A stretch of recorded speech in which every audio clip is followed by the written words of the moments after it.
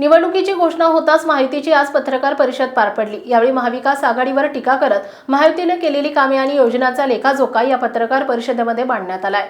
उपमुख्यमंत्री देवेंद्र फडणवीस पत्रकार परिषदेत म्हणाले की महाराष्ट्रात स्थगिती सरकार केल्यापासून गेल्या 2 ते 2.5 वर्षात आमच्या सरकारने केलेली गती आणि प्रगती जनतेने पाहिली आहे। शिंदे यांच्या नेतृत्वाखालील सरकारने परिवर्तनाच्या योजना आणल्यात। यावरून आपल्या कामाची गती दिसून येते आणि जनता महाराष्ट्राची प्रगती पाहत आहे। शेतकऱ्यांसाठी स्वतंत्र वीज कंपनी स्थापन केली आणि कंपनीच्या माध्यमातून आम्ही 14,000 किलोवॅट सौर ऊर्जेचं काम सुरू केलंय। 15 ते 18 महिन्यात हे काम पूर्ण झाल्यानंतर 365 दिवस शेतकऱ्यांना त्यांच्या पिकांसाठी दिवसातून 12 तास वीज देऊ। या योजनेतून सरकारचे 15,000 कोटी रुपये वाचणार असून शेतकऱ्यांना मोफत वीज देणार आहे। मागेल त्याला सौर पंप देऊ। पुढील 25 वर्षांसाठी त्यांचं वीज बिल माफ होणार। आमच्या सरकारने सिंचन क्षेत्रातही अभूतपूर्व काम केलंय। आमच्या सरकारने 145 सुधारित सिंचन प्रकल्पांना मंजुरी दिली आहे। 22 लाख हेक्टर जमीन सिंचनासाठी आणली जाईल। त्यापैकी सर्व प्रकल्प आम्ही दुष्काळी भागात सुरू केलेत। आम्ही वैनगंगा, नळगंगा, पैनगंगा नदी जोड प्रकल्प 90,000 कोटी रुपयांचे नारपार गिरणा नदी जोड प्रकल्प सुरू केलेत।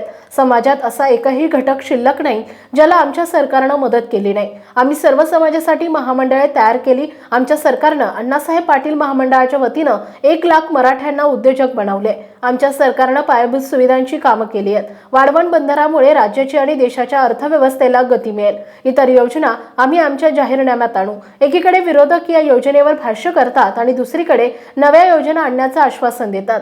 यावरून विरोधकांचा पर्दाफाश झाल्याचं दिसून येत आहे। महाविकास आघाडी सरकारने त्यांच्या कार्यकाळात सर्व प्रकल्पांना टाळे ठोकलेत। ज्यांचे गृहमंत्री तुरुंगात गेले ते आम्हाला कायदा आणि सुव्यवस्थेबाबत विचारतात। त्यांच्या सरकारमध्ये कॅश फॉर ट्रान्सफर घोटाळा झाला होता। सीबीआय त्यांची चौकशी करत आहे।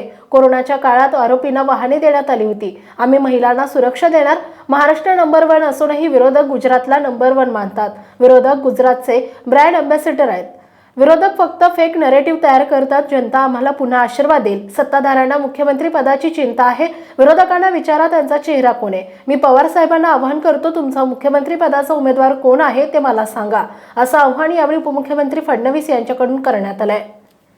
निवडणुकीचा शंखनाद झालाय, अर्थात आमच्याकरता शंखनाद झालाय, काहींकरता ऐलान झालाय।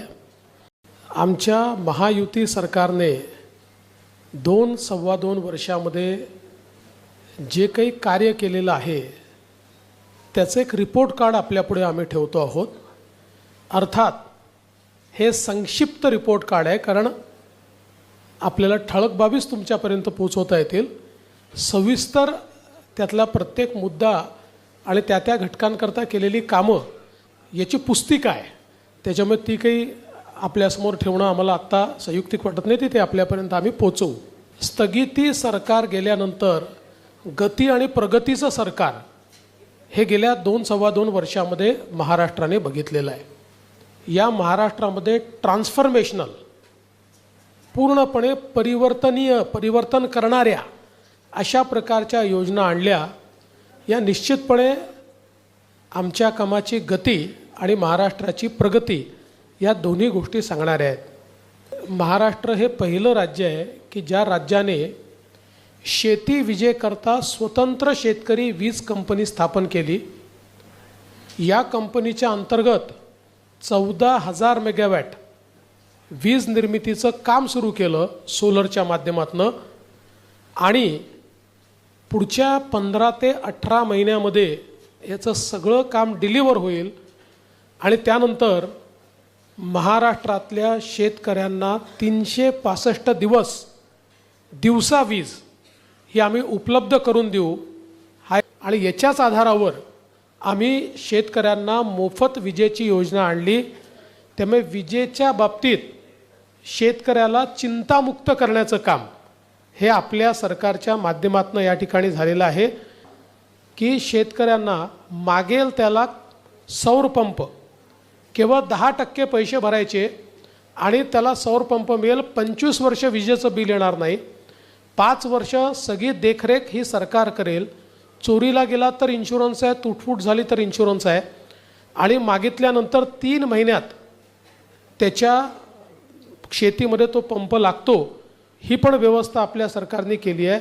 मध्यंतरी महाविकास आघाडीचं सरकार होतं। या सरकारमध्ये एकाही प्रकल्पाला सुधारित प्रशासकीय मान्यता दिली नाही। त्यामुळे सिंचनाचं काम पूर्णपणे ठप्प होतं. आत्ता या सरकारमध्ये 145 प्रकल्पांना त्या ठिकाणी सुधारित प्रशासकीय मान्यता दिलेली आहे, ज्यामुळे 22,73,000 हेक्टर सिंचन क्षमता तयार होईल. आणि आपण बघा, सगळ्या महाराष्ट्रातल्या दुष्काळी भागामध्ये ही सगळी प्रकल्प आपण त्या ठिकाणी मान्य केलेली आहेत. अनेक दुष्काळी भागातले कामांची सुरुवात केलेली आहे. जे अशक्यप्राय वाटायचं, नदीजोड प्रकल्प, वैनगंगा, नळगंगा, पैनगंगा नदीजोड प्रकल्प 90,000 कोटी रुपयाचा, नार पार गिरणा नदीजोड प्रकल्प आपण केला. पश्चिमी वाहिन्यातनं वाहून जाणारं जे पाणी आहे 55 TMC, हे पाणी गोदावरीच्या खोऱ्यामध्ये आणून गोदावरीचं तुटीचं खोरं हे बॅलेन्स करून मराठवाड्याला कायमचं दुष्काळमुक्त करायचं आणि नाशिक आणि नगर जिल्ह्यातले जे काही वादाचे विषय आहेत ते पूर्ण संपवायचे. या दृष्टीनं त्याचीही कारवाई आपण पूर्ण केली, वैधानिक कारवाई पूर्ण केली. त्याच्याही संदर्भात सगळं त्याचं फर्स्ट स्टेजचं टेंडर आपण त्या ठिकाणी काढलेलं आहे. त्यामुळे यातली कुठली योजना ही केवळ कागदावर नाही, सगळ्या टेंडर स्टेजला टेंडर निघालं आहे, अनुसंधान चाललेलं आहे. अशा प्रकारे सिंचनाच्या क्षेत्रामध्ये प्रचंड मोठं काम हे आपल्या सरकारने या 2-2.5 वर्षामध्ये या ठिकाणी केलेलं आहे.